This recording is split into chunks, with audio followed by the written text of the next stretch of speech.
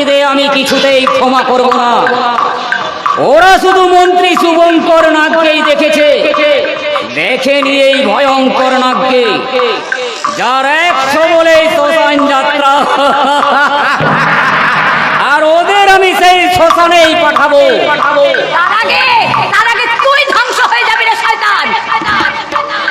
আমার ছেলে Amit police officer, কিন্তু আমি যে পুলিশের বাপ। আমার একটা কলমের খোঁচায় আর লাইফটা আমি বরবাদ করে দিতে পারি। না, তুই পারবি না। তোর জনগণ শেষ হয়ে এসেছে। জনগণ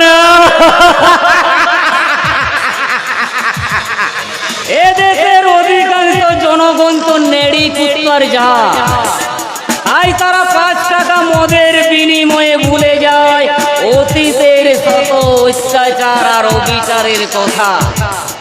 আবার ওরাই তাকে ভোটে জেতায় মন্ত্রী করে। সেই আশা তোর কোনোদিন পূর্ণ হবে না রে শয়তান। নির্যাতিত জনগণের জন্য রসে আজ তুই পাগলা কুত্তার মতো রাস্তার ধারে ধারে মরবি। এদেশের জনগণ, তাদের আবার জনরোধ।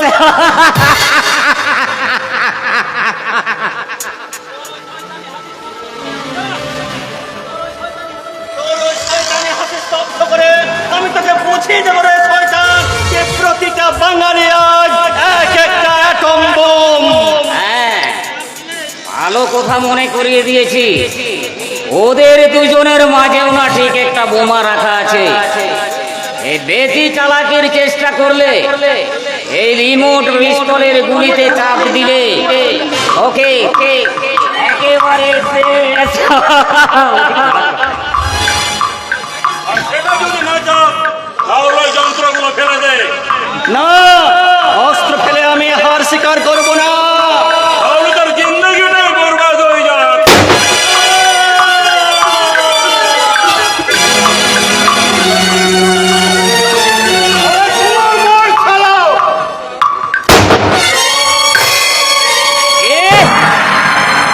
আগের গুয়ায় ঢুকে তুই বাঘ শিকার করবি, আর আগেই তোকে কিছু করার আগে নিজের মেয়ের পরিণতিটা কি হবে একবার ভেবে দেখেছেন? তুমি ওর কিছুই করতে পারবে না, কারণ তুমি ওকে ভালোবাসো। আমি জানি এটা তোমাদের গোটা গেট। ধরেই যখন ফেলেছেন তখন নিজেদের মধ্যে আর কোনো খুনি করে লাভ নেই। আপনি শুধু আমার বাবাকে খুনের দায়ে আমার মায়ের পায়ে ধরে ক্ষমা চেয়ে নিন। এমন সুবর্ণ সুযোগ হাতছাড়া করবেন না বড়বাবু। শুধু একটা ক্ষমা চাইতে দোষ কি? বলছিস? তাহলে এগুলো ধর। আমি না ওই জীবনে প্রথমবার ক্ষমা চেয়েই নেব। না না, ক্ষমা আমি চাইব না। লাল বাজার থেকে ফোর্স যখন এসে গেছে, আপনাকে প্রোটেকশন দিতে নয় স্যার, অ্যারেস্ট করতে। না না, তুই কি বলছিস রাজা? হ্যাঁ, আমি রাজা নই, আমি অর্জুন মালিকের খুনের তদন্তকারী সিবিআই ইন্সপেক্টর রাজীব শর্মা, আপনার বড় বৌমার দাদা। যাও, মায়ের হাত মুখের বাঁধনটা খুলে দাও। হ্যাঁ না, তুমি ওদের হাতের মুখের বাঁধন খুলবে না। আমার সামনে আমার শাশুড়ি মাকে বেঁধে রাখবে, সেটা কি কখনো হয়? আমাকে তো খুলতেই হবে।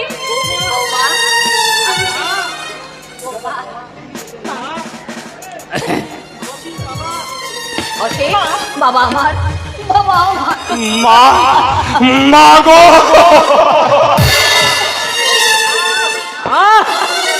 অসহ্য অসহ্য।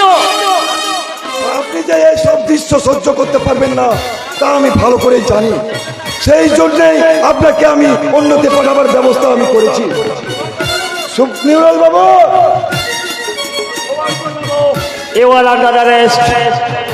কোথায় বলে ধর্মের কল বাতাসিল রে? শুভঙ্কর বাবু, আপনি নেতা মন্ত্রী যে হন না কেন, পাপের সাজা একদিন আপনাকে পেতেই হবে। তাই আর দেরি করবেন না, বাইরে আমার লালবাজার ফোর্স দাঁড়িয়ে আছে আপনাকে মন্ত্রী সভায় নিয়ে যাওয়ার জন্য। আসুন। না, জনরোষের হাত থেকে আপনাদের প্রশাসন ওকে বাঁচাতে পারবে না।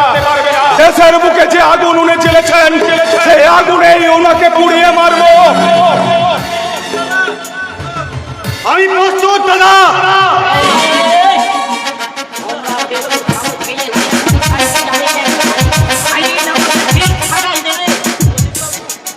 অসীম বাবু, অসীম বাবু, ও কাজ করবেন না।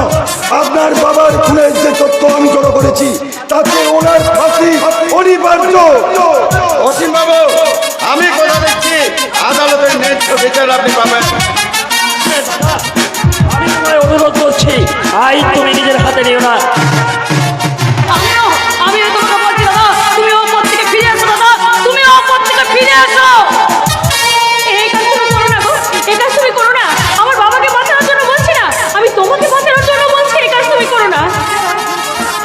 তুমি নিজের হাতে খুন করো না। তোমাদের সব আদেশ অনুরোধ আমি শুনবো।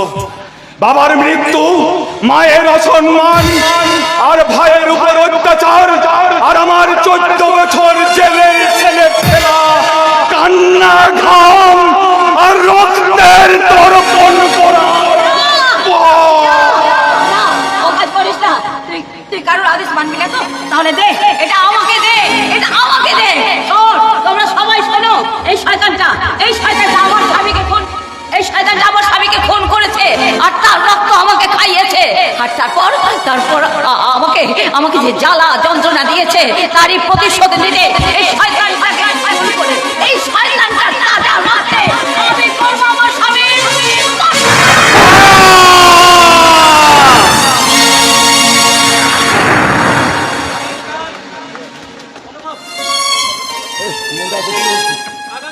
আগামীকাল সংবাদপত্রের প্রথম পাতায় ছাপা হবে এই ছবি। তাতেই কি নন্দনপুরের বুকে শান্তি প্রতিষ্ঠিত হবে? এখানকার জনগণ কি ভুলতে পারবে বিগত দিনের অন্যায় অত্যাচারের কথা? সেই দিনগুলির কথা মনে করে সর্বদা একটা জ্বালাময়ী বাক্য মনে করবে, কাঁদছে স্বাধীনতা, হাসছে জনগণ।